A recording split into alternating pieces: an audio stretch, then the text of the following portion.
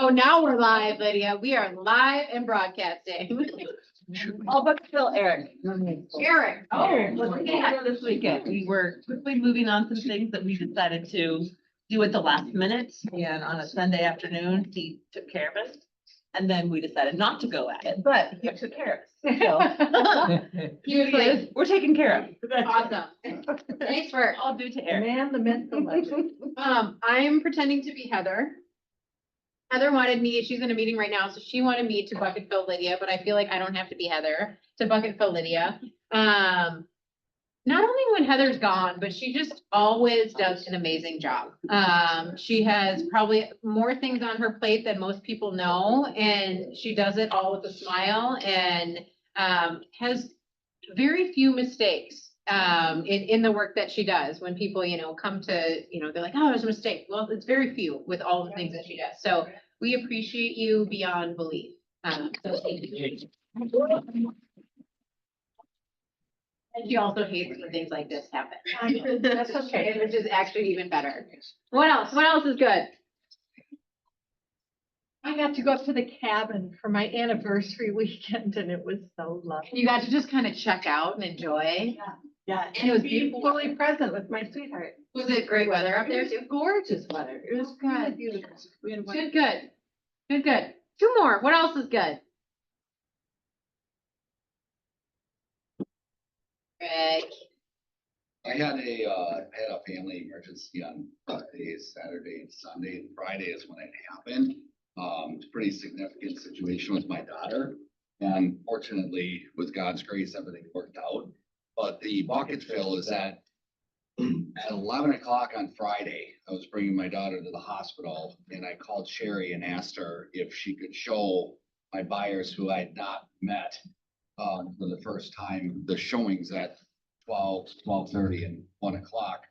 And then because I had to stay at the hospital, I had her meet another client and contractors out in Orono. She had to leave doing a pedicure with one of her daughters, not Jordan, and go out and do that. So she literally like dropped everything and went out and took care of both of those things for me, which is just, that's just outstanding. So super, super grateful. Awesome. It's good. Anybody else? What else is good? I know Timberwolves did win last night. At least you can clearly say the worst game we've seen all season by far. That's not gonna I'm happen like, again. well, you know how the Wild fans feel. Anyways, moving on. Sorry, I wore that t-shirt. John's like, I'm not wearing it again. The good news is it can't get worse. All right. May training calendar. So this is out, and all of the links are live.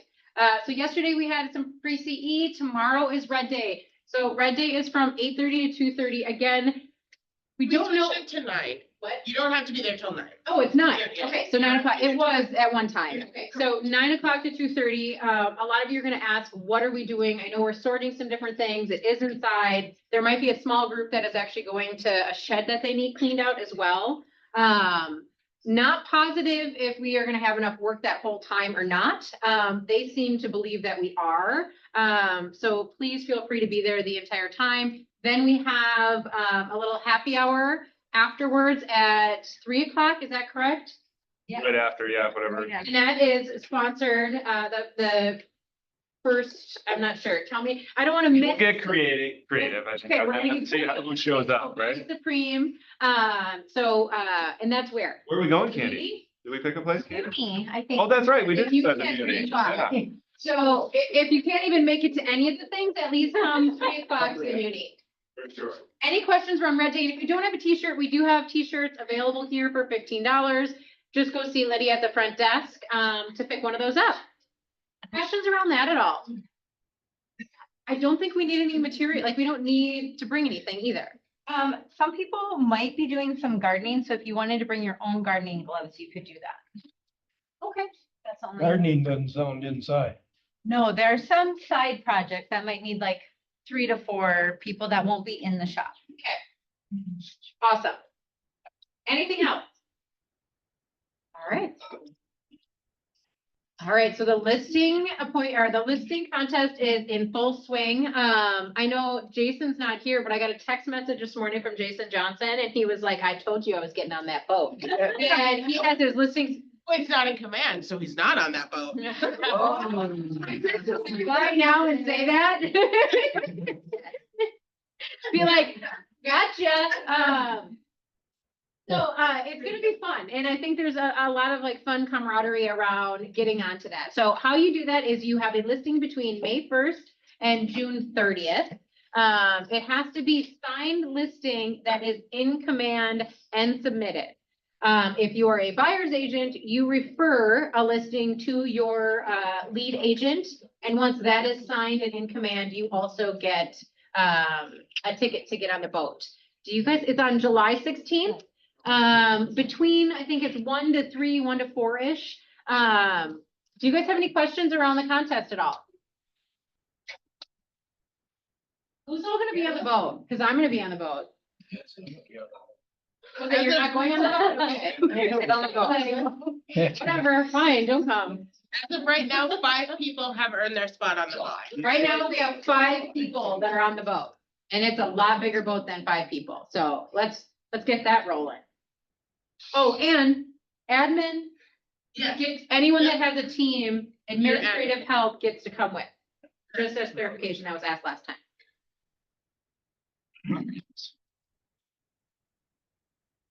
Oh, next week, myself, John, and Heather are out for leadership. A few others are out next week as well with, Lydia, and you're still here. Yeah, but next week, there's gonna be delays on Wednesday and Thursday. So MLS changes and updates will be delayed, and no commission checks will be cut on Wednesday afternoon and Thursday. So we are telling you this now. Number one, I just want to also go over commission checks. So when they are brought to the market center, right, or they are received by the market center, our lovely MCAs have 48 hours to cut that check. That's in our policies. They actually do it very quickly. Usually it's same day or next day, but I just want that to be set as a standard again. It was never taken away, but I think there is an expectation that has happened. And with the load of closings that we do have, please, please, please do not go into Lydia at 3 or 4 o'clock and say, hey, I did this, can you cut my check today? Especially if it has been done in the first 24 hours, right? Just because she has a lot of other things to do and you don't ever see her just standing around doing nothing. Just as a reminder, that has recently been coming up from a few people. And questions around that, right? So they have 48 hours to actually cut that check to you. Do you guys have questions around that at all? All right, do you want to add anything, Lydia? Okay. Oh, also, did you put a slide in here for the submit? Because I think that also happens sometimes when they do command, don't hit submit, and then she doesn't have the file, right? So we might have a check, and then you filled out everything on command, right, in regards to commissions, and sometimes we forget to hit that submit button. I do that sometimes too. So it's a common mistake, or maybe we're just rushing through it. Just don't forget to hit submit. And if you feel like, man, did I do that? Just go back and check, right, on the commission tab so that you see that, so she can see what the actual splits are and who that check belongs to. It just stays in open status, and if I go to cut your check and your commission tab is in open status, I assume you're still working on it. So I'll just send you an email like, hey, can you submit that? And you actually can't submit those anymore the way that. Yeah, I can't go in and. Like, she can't go in and change anything on that piece anymore. All right, so we have the seller net sheet, which, speaking of commissions, right? Seller net sheets are required for all listings that you have commissions paid out on. This class is on May 20th, 11 a.m. I think there's quite a few people. I think there's like 2 or 3 people teaching this. It's a great tool. If you have one already that you use, maybe even come in here just to see if this is more user-friendly or easier. If you don't have one, this is a great spot to get your net sheet so that you have that available when you do have a listing, or when you're going on a listing appointment, right? So that you can show them what their net would actually be when selling at different price points. Questions around this class at all? Yes. All right, we have another free CE class. I want to actually, I should have bucket filled Candy. I never get my CE done before June 30th. I'm just gonna admit that now, right? Like I am one of those last people, and Candy has done such a remarkable job getting us free CE into the Market Center that I have not had to pay for one course this year, and I'm gonna be done before June. So if you are someone that has been able to capitalize on this as well, please go thank her, because it takes a lot of time and pressure off of you as an agent, because I can guarantee most of you are gonna see the email starting in June and you're gonna be upset at Candy because she's reminding you that your CE is not done. And it is just as frustrating to her to send that out because she's like, hey, I did it all for you. And I actually provided you with the CEs, you just didn't show up. So I want to thank you because she's done a lot of work to get those things done for you, and it's not easy finding CE.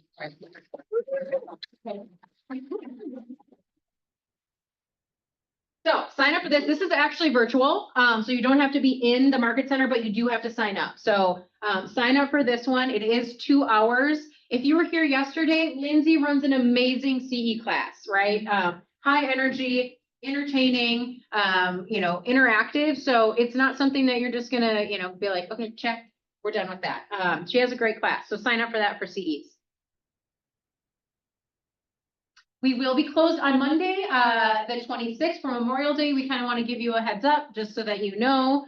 Again, that is a holiday that we are closed. The office will be completely shut down. Obviously, you can still have access to the office with your key. We as a leadership team just won't be here. Very much. There is a lot of announcements today. Wow. Okay. Required module. Another thing. Candy sent this out a few times, I believe, actually. Yesterday was the last one. This is a required module again for free. So go on to click on this. You go into MAR. It is on demand. It's 3.75. You have, it's timed. So patience is actually really what they're testing you on, because you can't just click through these ones, right? You have to wait all 6 minutes on each slide, or 11 minutes, or whatever it is. I know this because I did it. So that one is also free. You are required to do this one. So if you don't have this yet, this is a great spot to do it, right? Number one, you can get it done at home. And number two, there is no cost for it because they're usually like 30, 40 bucks otherwise. So go on there. You might have to log into your MAR dashboard. And this is the Minnesota Realtors, so if you go in there and you've never logged into the actual Minnesota Realtors, it's your NERDS number and your NERDS number, and then you can change your password. But we don't go into the Minnesota Realtors as often as the Association of Realtors. So if you've never been in there, it's your NERDS number and your NERDS number for your username and password. Awesome. Oh man, I know, I'm sorry. Okay, you're gonna take this one over. So this is one that I don't totally understand, but gonna be really interesting information. I want to thank Royce actually for connecting me with a lawyer that he knows and had come talk to the commercial team.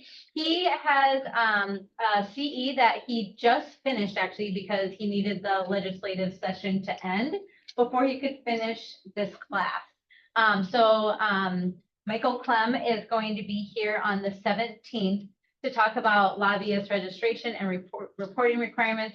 And why this would even involve agents is because the definition of a lobbyist, here, I'll read this actually, generally includes an individual engaged for pay for more than $3,000 from all sources in any year for the purpose of attempting to influence legislative action, administrative action, or the official action of a political subdivision by communicating with public or local officials, which could be us.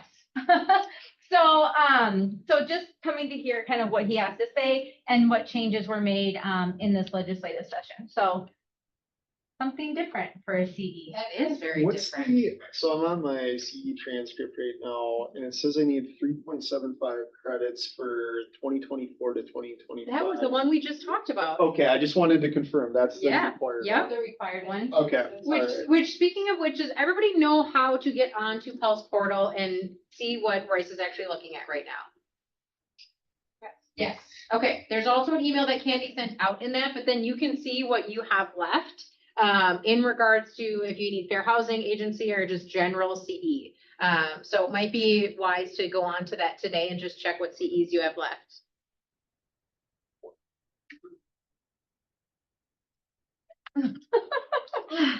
Now we're at the ALC portion. You guys are on. Are you ready? Do I hear a motion to start the May ALC meeting? Motion to start the meeting. So moved. Awesome. All right, so if you've never been to one of these meetings, this is our top 20%, and that's our Agent Leadership Council. During this meeting, it's a business meeting that we are discussing their business, the Market Center's business, and kind of trending where they're at, as well as we are reading the book, The Mountain Is You. This book was chosen as a growth opportunity for them to read it, as well as just like personal and professional. So we reflect on that.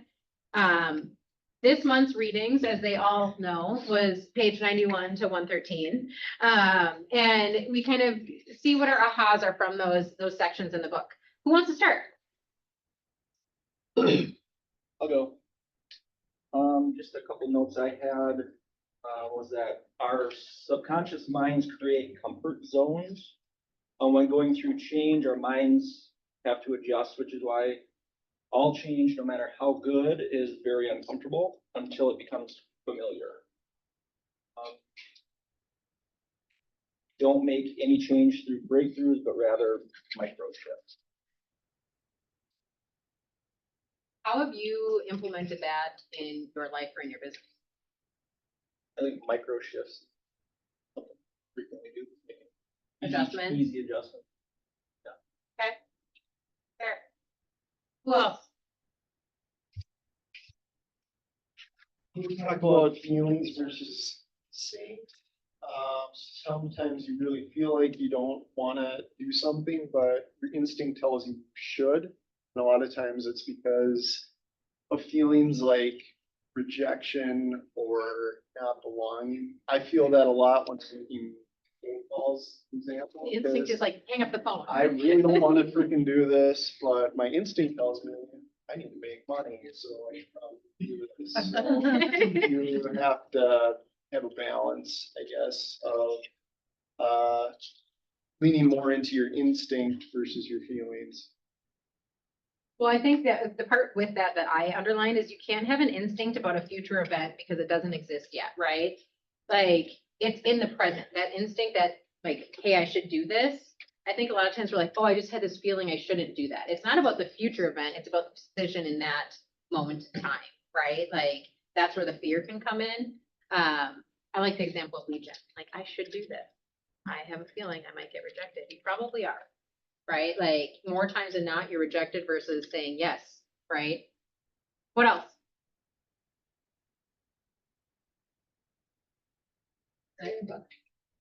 I mean, what I'm looking at is the same thing as Roy's. It's, your instinct doesn't exist to ensure you feel comfortable. It's ecstatic at all hours of the day. It moves you towards what you're meant to do, because it shows you where your interests and skills and desires intersect.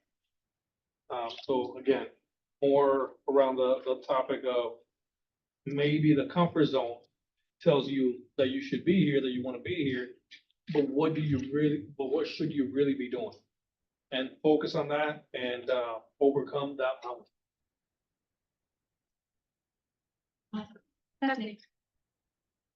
I appreciated the section on emotional intelligence and that mostly emotional intelligence is the ability to interpret your feelings that come up in your body and your mind and understand what they're actually telling you, not just what you're feeling in that moment. That's something, emotional intelligence is something I've really been focused on the last couple of years. And there's a whole section that talks about like, we're actually designed to resist what we want. And so how do you overcome that and that a lot of the book underlying tone is like self-sabotage. How do you like combat self-sabotage? sabotage. Well, I you are forgot. the mountain, right? Like you're the one standing in your own way. Yeah, I unfortunately forgot my book, so I don't have the underlined sections, but those two themes keep coming up for me is the emotional intelligence and the self-sabotage. So the start of that chapter on chapter 4, it actually, the very beginning, it's like self-sabotage is ultimately just a product of low emotional intelligence. And when you think of emotional intelligence, it goes into it. It's the ability to understand, interpret, and respond to your emotions in an enlightened and healthy way. I laugh at this a little bit because in this industry, most agents, like, this is their reaction, right? There's a feeling and then there's a reaction. Like, I can't believe that agent did this. And it's like against that agent. That agent didn't do anything wrong. They're representing their client, right? And if you kept your emotions under wrap and there's an emotional intelligence to that, it's a very different conversation. Who's ever been in that situation where you're like, I can't believe that agent did this? Did they do that? Or were they acting on behalf of their client and we all of a sudden combated with them thinking it's like a match, right? It's not. You're both working for people, not yourselves. And we don't get to make the decisions for them. But sometimes in those moments, the emotional intelligence is lacking pretty hard, right? And I think about it in a lot of things. Self-sabotage is completely the lack of social, emotional intelligence. In everything that we do, we are allowing whatever feeling we have overcome the actual goal, kind of like what you said. I think a lot of people actually are a mirror for ourselves. And so when someone does something that triggers me, because that happens sometimes, it's actually an opportunity to look at myself and go, why is that triggering? And why? I remember early in my career, I felt like I needed to prove myself to other agents. You know, that meant be a tough negotiator. And now today, I would say I approach negotiations completely different, where I view the other agent and myself on the same team, trying to get deal across the finish line. And it keeps everything so more emotionally neutral. And I really don't get upset by pretty much any transaction anymore. And it's given me a ton of freedom. We've also taken yourself out of what the result is. If you know you're doing the best work that you can do in a level of integrity that you feel is something you want to be working in, the result is not something you're attached to, right? I think sometimes when we're in lack, especially, it's like you will do anything to keep that deal together, and it's not for your client. It's actually for your payday that's 30 days after. You're like, this can't fall apart. Maybe it's supposed to, right? Like maybe the client doesn't want it. And sometimes we insert ourselves into that situation. Any other comments around the book? I think we might have hit on it, but at the end of the day, what it says is, or part of it, it says that sometimes we attempt to protect ourselves from perceived threats or discomfort. And we end up making decisions that aren't necessarily the best decision just to protect ourselves. And we might not even know it. Well, it might not be that situation, right? It's a perceived threat on something else that's happened to you that you might be projecting. All right. Is that it? How are you guys enjoying this book? I was gonna ask a quick question. In those moments where you become emotionally aware, like this is what I'm doing, what are some things that you put into place to give yourself a moment to take a deep breath and, you know, stretch your emotional intelligence a little bit rather than just jumping into it? Because we all get in this space where we're feeling like we're in a hurry, need to make that decision. So what tips and tricks do you have to just say, okay, hang on, stop a second, just give it a moment? I believe in the power of pause. So whether it's an actual encounter that I'm having, or it's just me having a moment, quite frankly, with myself, giving myself a second to like absorb like what's true about the situation. And then a question that my pastor taught me that has really changed my life is, where's my DNA in the situation? And so if there's conflict or misunderstanding, what's my DNA? What am I responsible for? And when you can go back to someone, whether it's a client, for me, sometimes it's team members, family member, right? Like when you can go back and say, hey, I apologize because this is how I showed up and I didn't intend to. This is the desired outcome. Can we work together to get there? I have apologized to other agents before and said, hey, I didn't come across the way I wanted to. Here's my intention. This is what my client wants. Can we work together to get there? Or are we way too far apart? Like, I think when you come at it with that approach, but if you Google emotional intelligence, I think I said this last time, there's like a 4-bar graph and it talks about the different elements of emotional intelligence to master. Step 1 is actually mastering yourself. And then from there, you can use emotional intelligence as kind of an EQ with negotiating. And I use it frequently with clients because a lot of the times it's the same stuff. They get in their own way. They become emotional about something where it's like, hey, is this still your goal? If we take your house on, I had one just the other day where we listed a property. 2 days after we listed it, the furnace goes out. Well, that stinks, but that's that's life. It happens, right? It's an investment property. We got an offer, and during the inspection, the buyer came back and wanted $15,000 of repairs. Well, my seller just put in an $8,000 furnace, so they are hardly happy about this situation. I let them have their moment. I actually purposely will do that a lot of time where I'll text them. This is kind of my order of dealing with tough stuff with the clients. I'll text them, I'll let them know what's coming. Hey, I'm about to send you a spreadsheet and an amendment. I want you to look it over. And then let me know when you're free for a conversation. I won't text conversation them, but I'll let them know the data's coming. I give them time to absorb it. Usually they're going to be emotional about something, and that's fine. First thing she says on the phone, you can tell them to kick rocks, right? She's pissed.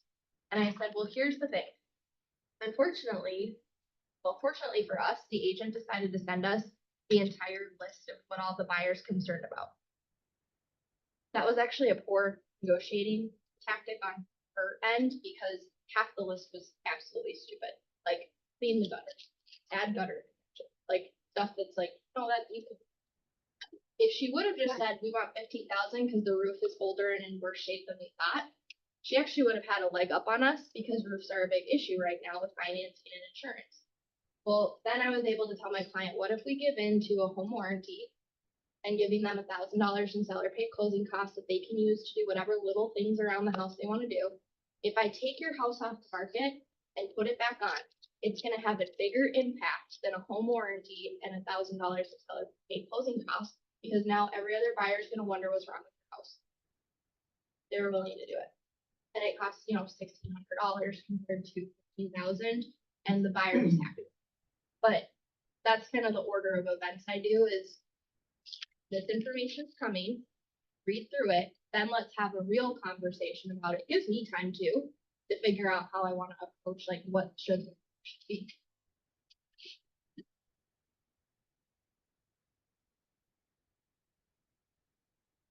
Anyone else have an answer?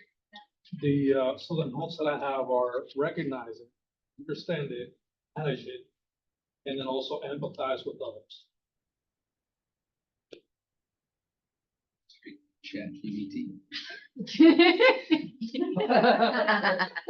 You looked it up.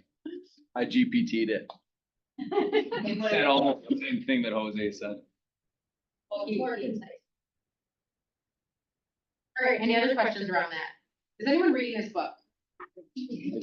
I know. I've recommended this, yeah. If you're not, and you feel like any of this hits, home, or you're like, man, I feel like I self-sabotage a lot, or, I need kind of some growth, like personal growth. This book is so good. It's not one the first few chapters are really hard to get through if you're in a spot. I'm just gonna tell you that, because you're like, ooh, oh, wow, it's like it's a lot. There's a lot of different things that kind of hit you, but it's good. So I highly recommend it to everybody. All right, let's go through numbers. Who wants to start? Numbers, appointments. I can go. Those. My dials and contacts, I've been trying to pull it up in our CRM. I'm not 100% where they're at, but they're low. Our appointment goal for last month was 25. We hit 19. Our contract goal for April was 19. We hit 15 new rep contracts. Our closing goal was 14, we hit 13. Our GCI goal was 172, 846, we hit 219, 538. And we hit Awesome. What do you contribute those successes to? our agents' activities are up. A lot of our agents are doing 4 to 5 open houses now. We're doing 300 to 500 phone calls a week. And I've been going along on almost every listing appointment. Anyone have questions? for Bethany? Okay, Jacob. Let's see, dial goal was 4,375.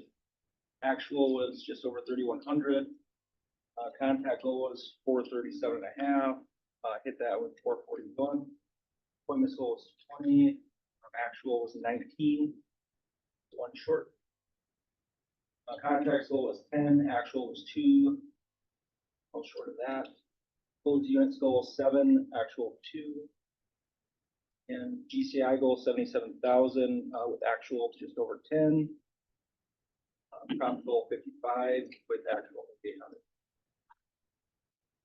Okay, so let's talk a little bit about your dials, you were like 900 short on, right?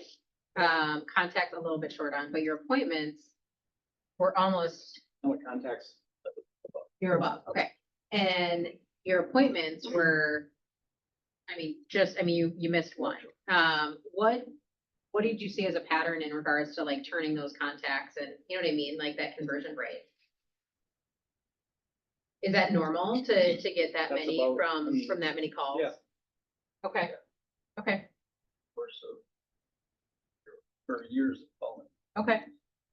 Okay, Of those 19 appointments, how many did you try to close? Some of those are several years out. So, I don't even present paperwork.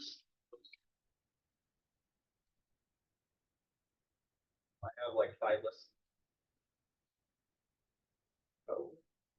yeah. Yeah.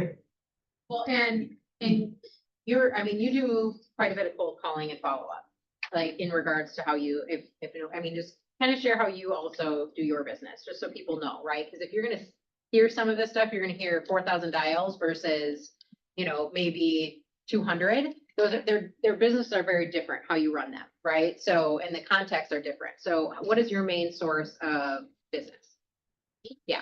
Past client referral, sphere referral.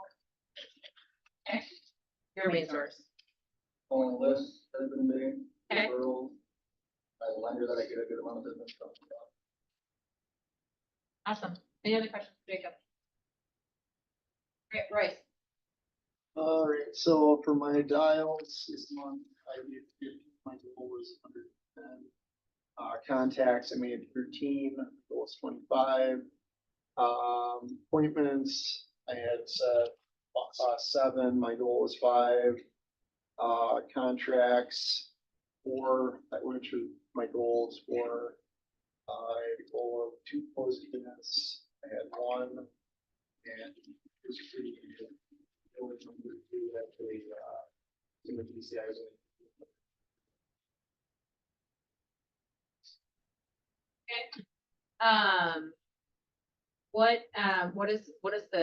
What does that look like for next month? So I think next month I'll have a good month for closings. I had 3 deals get pushed to this month. They were just, there was some water damage in the basement of one of the properties that ended up having to remediate that issue. There was a smoke shop that we failed at the city council meeting, so we gotta work through that. Things like that, but I anticipate next month will be good for me from a prospecting standpoint. I just sent out 2 mailers.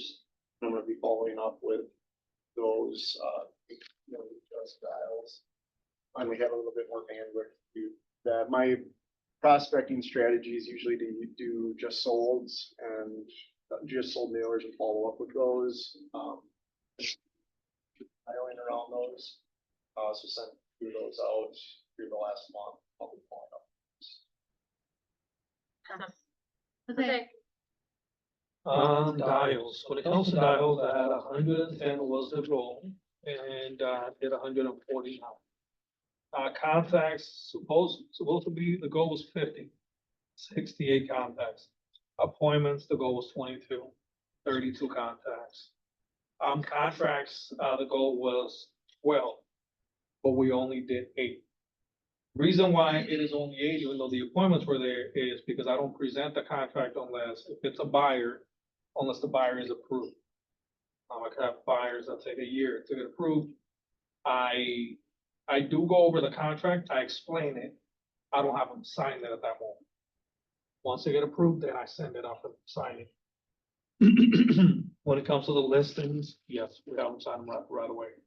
When it comes to closed units, the goal was 10, 0 closed. Any questions for Jose at all?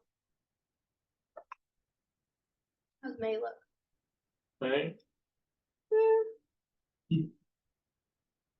June. There we go. All right, I'm gonna go through the market center numbers. So for us, we do gross agents, net agents, profit, and then company dollar, and then profit. So for us, we should be at, for gross, we should be at 20. We are at 8. We're net -2 agents, company dollar. Gain, we had nothing last month, and that means if a capping agent comes in or gets lost, that's how we calculate that. So that was 0. In regards to company dollar coming in from agents, we were at 70,649. The goal is actually 62,552 for us to be profitable. We don't have that with our broker admin fees on there. When we calculated that with my coach, that's actually, it's not really that amount when we add in broker admin fees, but if it was just company dollar, we are needing to hit 62,552, so we exceeded that. And then our net profit was 18,179.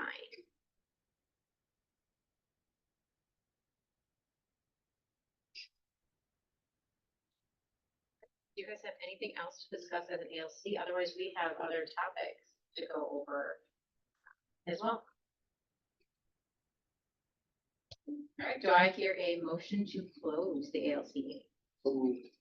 Awesome.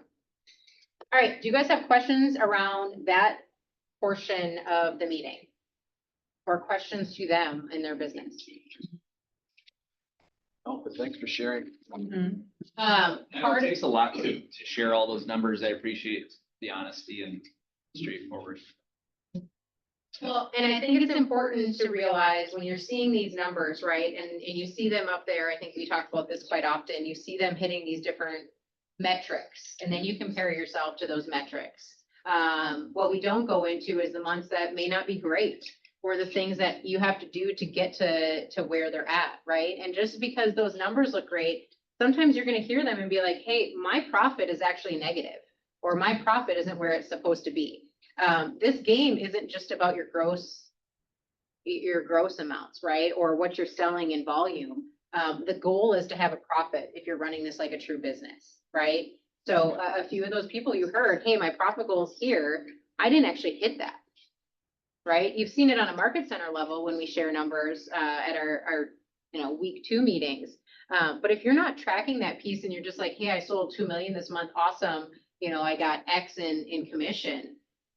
Really, truly try to run it as a business and say, what did I spend to get there, right? What's my true profit from that? Because that's what you're gonna want to desire to have at the end of the year.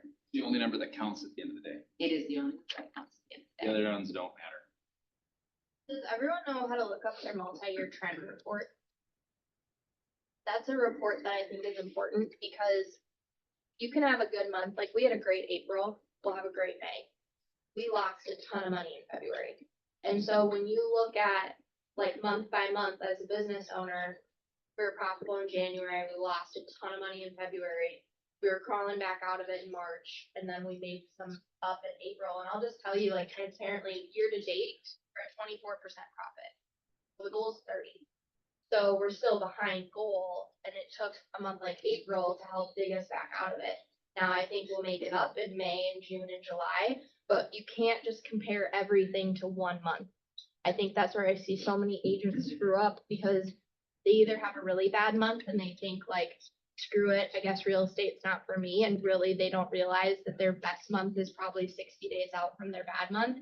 And then also, when you're having really good months, I've seen realtors go out and that's when they get the new BMW or whatever, and then your lead gen activities don't keep up. So for me, I have to practice as a business owner, because I don't personally like celebrating this stuff, because I'm thinking about next month already and 2 months out.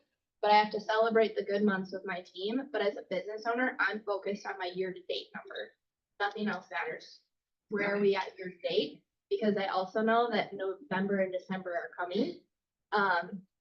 And we actually usually have a good December too, but we have to look at it as a full picture, not just like we had a really great month or we had a shitty month or bad month, sorry.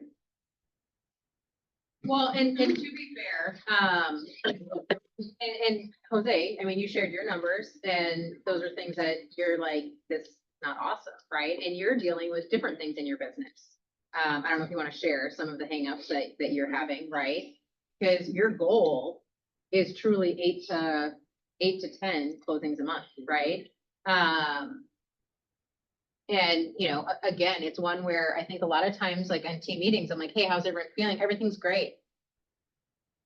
It's not always great, right? And that's okay. That's okay that it's not always great. Just how do we get out of that? Or what are we dealing with and what do we have to shift? When it comes to me, what I'm looking at are the activities. The activities that I'm doing. Sometimes at the end of the day, it's the bottom line, right? But when the numbers aren't there right now, you have to know your trends, you have to know your numbers. And know that if you are doing the right activities, if you're lead genning, if you're going on appointments, the numbers are gonna be there. They can take a couple months more than what you want it to be. And it's just when the market, so my business has changed a little bit with the whole, immigration things that are going on. So a lot of people are scared. So that has set me back a little bit. But it's just a matter of, like, I still have clients. Again, I still set 32 appointments, last month. And we've been setting probably like 30, from 25 and 30 appointments this year. Now, a lot of those people are backing off or saying, you know what, I'm gonna wait. So it's taken a while. But I think my year is gonna be, instead of having a really busy spring, I'm gonna have a really busy fall. And But July, I feel like, isn't July your biggest month normally year over year? normal. Like, yes. when you look at his trends, July is like his biggest month. He's always double-digit closings in July. North America. You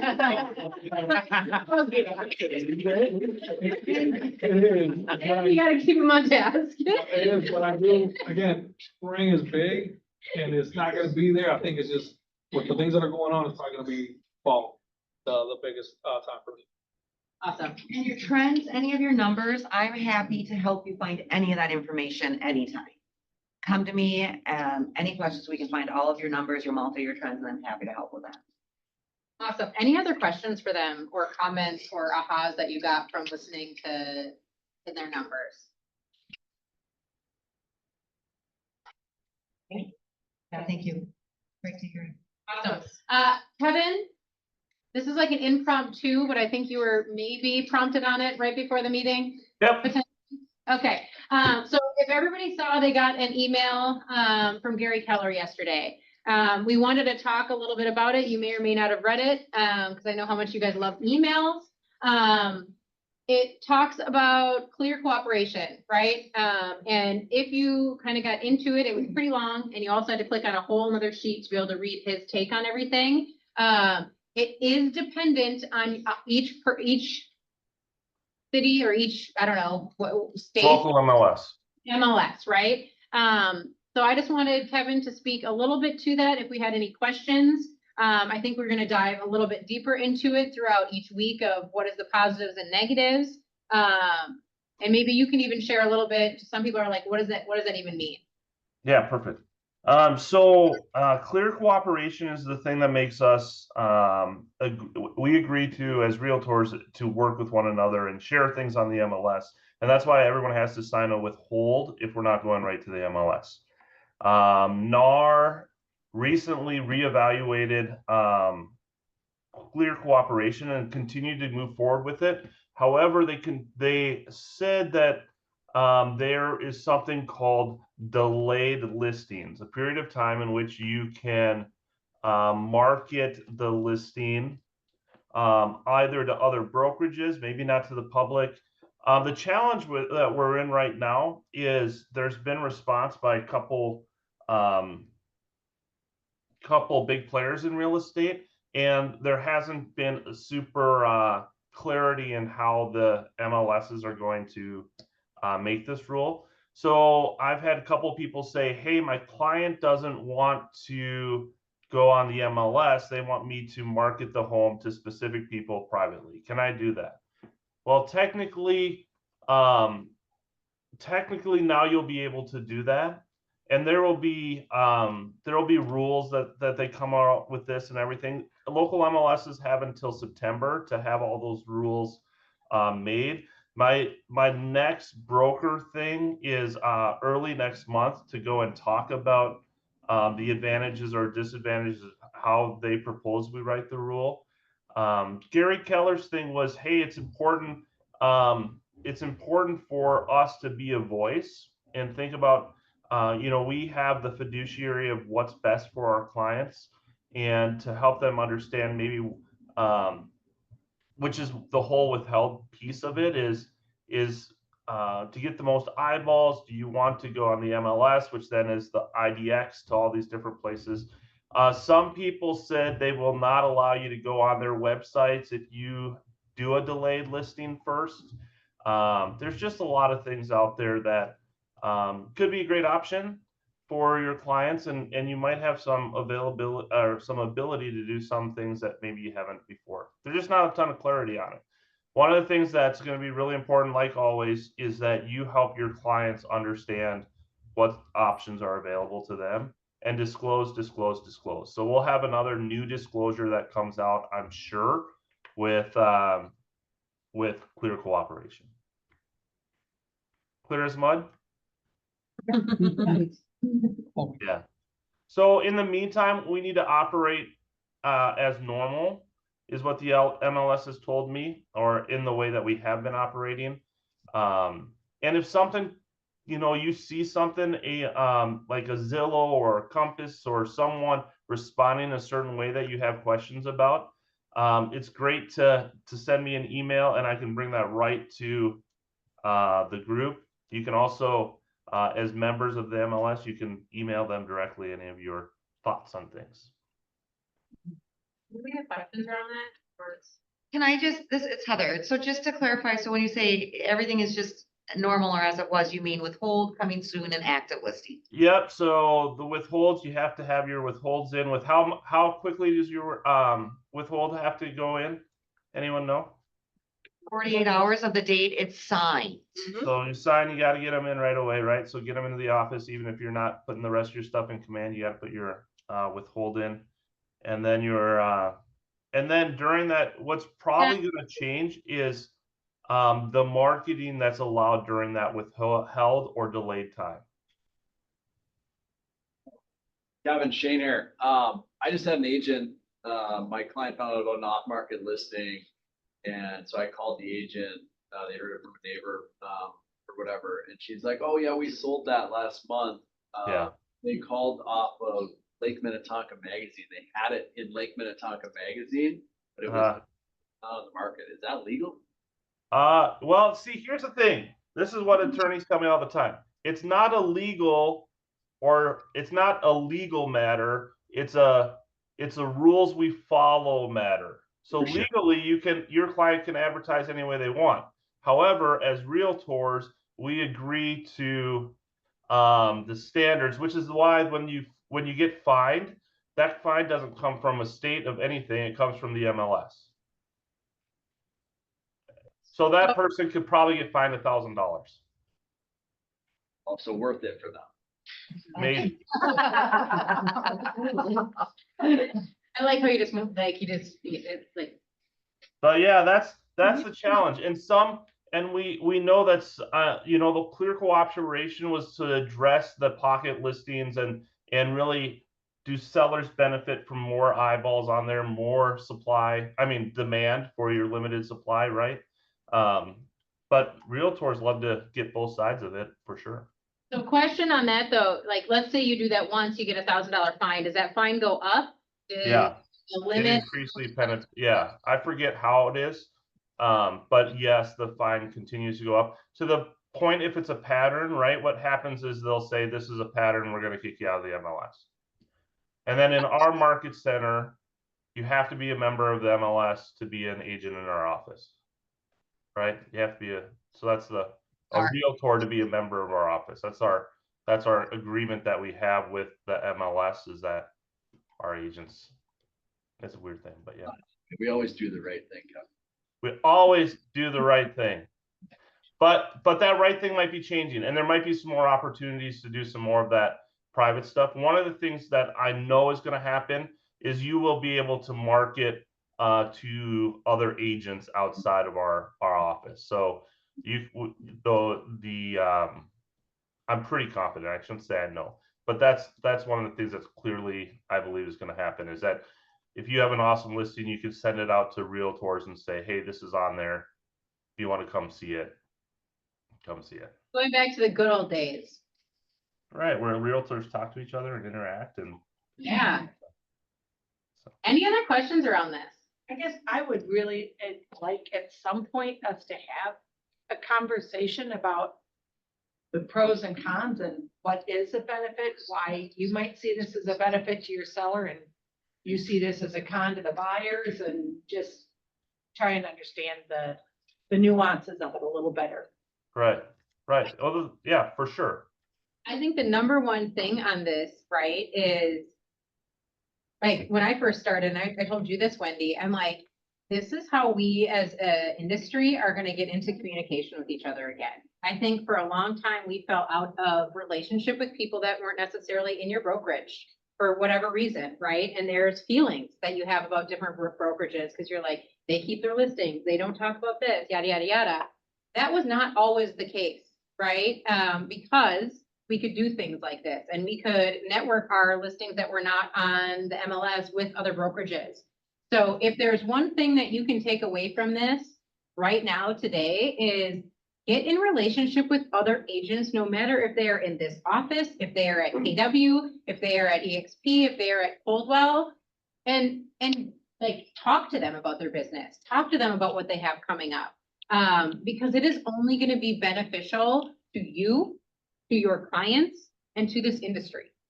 Yeah, and know that some things that are happening right now is the companies that are technically they rely on your IDX, right? So think of the big one that starts with a Z.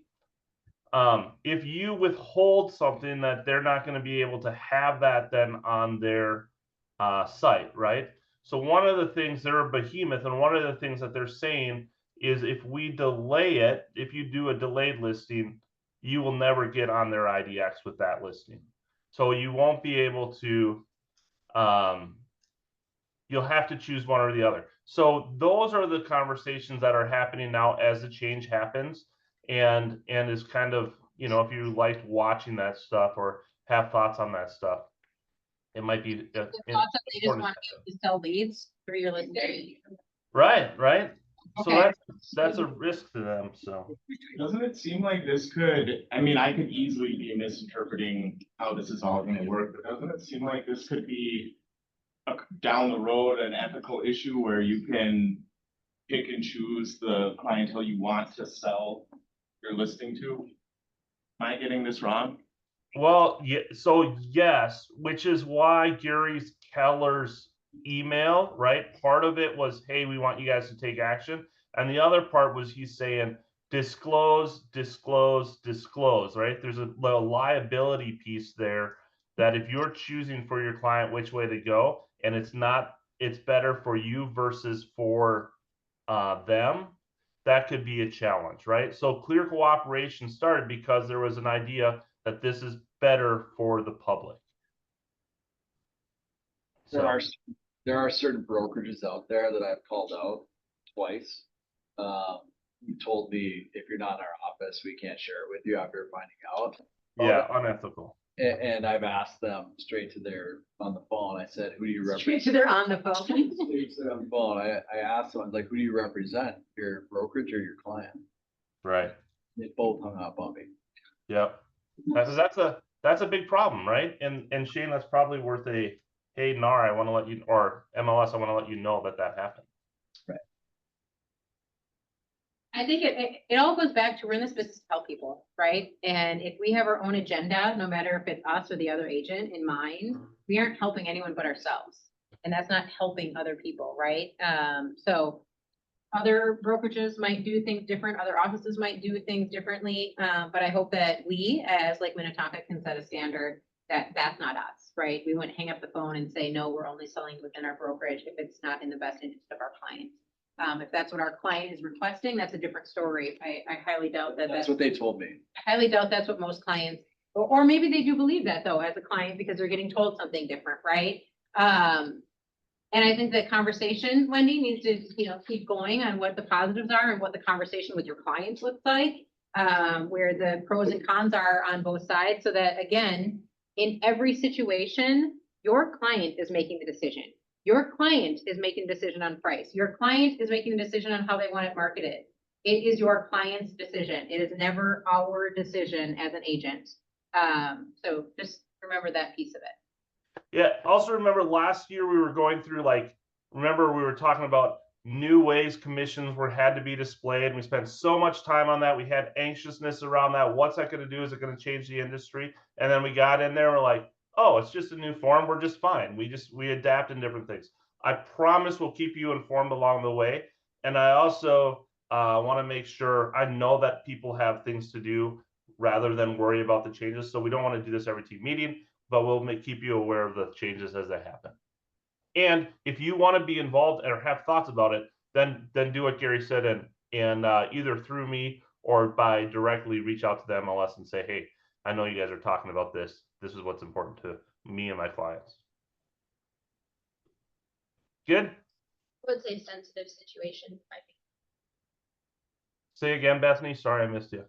There's been clients I've had where it's been really sensitive situations between divorces or et cetera, that they don't want everything to be public. Yep. That being super beneficial for those people. They Yep. investors where I just tried to sell an Airbnb off market and it wasn't happening. I said, you got to either we take it at a massive discount, right? Because investors, the numbers don't work for them, or we put it on the public MLS and we'll probably sell it for a higher dollar amount, but you have to deal with all the crap that's in the property. So again, it's just, we tested it. Like, that's how I look at it. We tested the market in this way. We didn't, it's not publicly seen where we put it on as an Airbnb only and then took it off and put it back. You know what I mean? So I think there's going to be sensitive or more specific situations that it could be helpful. Yeah, and people have various reasons that they're selling, right? We know lots of people are taking the cash offer. I can tell you, if they would get their house ready and put it on the MLS, it would probably sell for more than the cash offer.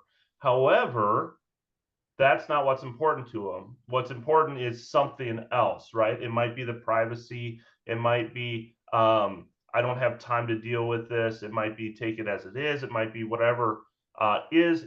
And the important thing is what is best for that client, right? So we're not making the decision. So what's best for us? What's best for that client? Awesome. Awesome. Thank you. Thanks, Kevin. All right, any wants and needs for today? We are past time, so if you Before we do that, can we just go over next Wednesday and Thursday again? So there's no fusion. Cause there will be. Oh, that we are out. That we are out next Wednesday and Thursday. So MLS changes and updates will be delayed. I'll be nope. checking notes at the, when we're out of town. Yeah, Yeah. yep. We are going, Heather and I and John are in Dallas. Lydia is not in office, so commission checks will not be cut on Wednesday afternoon and Thursday. What did I just say? Which days? Wednesday afternoon and Thursday. And then MLS updates are going to be delayed. Good? If you have questions, go to Tony's front box. Yeah. He'll do all of your updates. Did you get that down on your notes? I made a note. She's like, I got it. Dad will be doing all MLS changes. All right, wants and needs. Was there no team meeting next week? There is, we haven't talked about yet. Yeah, Kevin, me. Yeah, we'll Kevin's available. Yeah, we'll just, yeah. Yeah, so I think he's gonna lead that. I just don't know if we'll have numbers done with the reports changing through commissioners. Yeah, but there will be a That's meeting. it. You what? Tony's gonna do He's gonna run it. it. Volunteering. Or we just volunteer. Or Tony. Well, it's gonna be real interesting. Wants and needs. Yeah, where's Rick? If Rick thinks that I I know, am. I just looked back here to see if Rick was there and he wasn't there. Nothing? All right, send your wants, needs, fire needs, new listings to Lydia by 2:00. She will send that out in an email, to the entire office later on today. Have an awesome day.